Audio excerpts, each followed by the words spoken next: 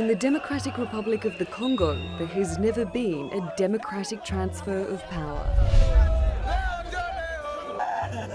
And the sudden death this month of veteran opposition leader Felix Tshisekedi in Belgium has only created political uncertainty about who will unify the opposition.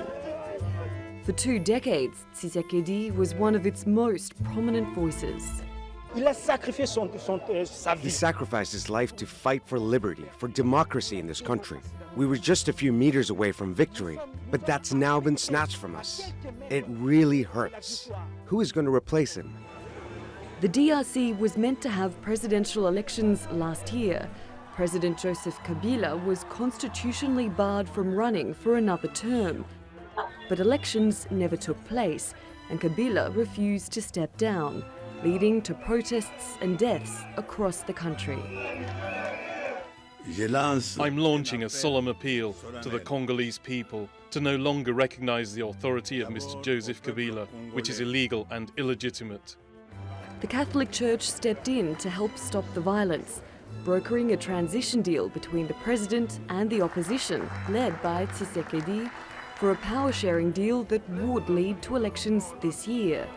But that fragile agreement has been irrevocably shaken.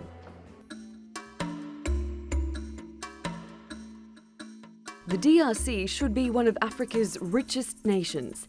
It has vast resources like gold, diamonds, oil, and viable farmland. But decades of conflict, corruption, and political crises have stripped wealth and stability from its people. For almost 20 years, the country has been ruled by a Kabila presidency.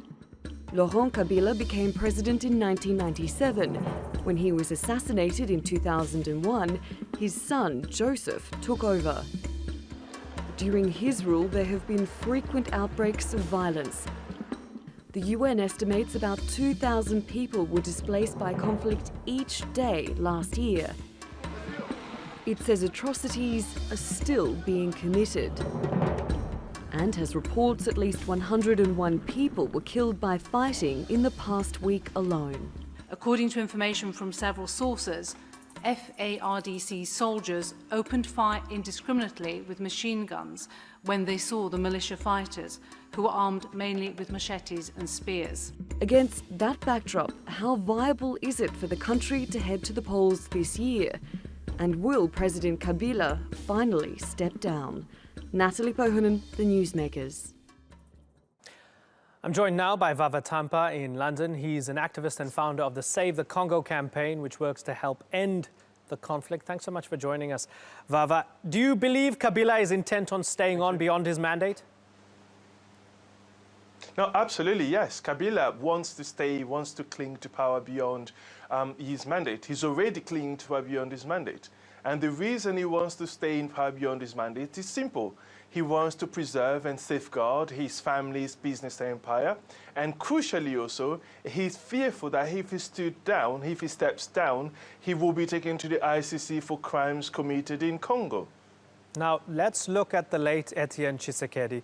A great man, tremendous credentials, but 84 years old. Absolutely. I wonder, are we maybe overblowing the significance, not the significance of his death, but the fact that he was the only viable opposition figure available in the country, and that his death necessarily means a descent into chaos?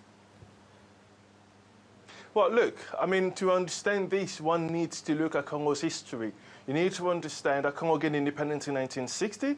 From 1965 to 1997, Congo has been under dictatorship. And being under dictatorship means essentially that no other leadership, politically or socially, were allowed to blossom. So that's the first element. The second element is from 1997 to currently, to presently, Congo has been in a bloody civil war, over 60 million people killed, which also essentially means no viable leadership could actually blossom in a situation of a civil conflict, invasion wars. Now, Tshisekedi has, for over 30 years, been the single politician who has refused to give in, who has refused to be corrupted, and who has constantly called for a democratic Congo. And that's the reason that makes him such a towering figure in Congolese politics.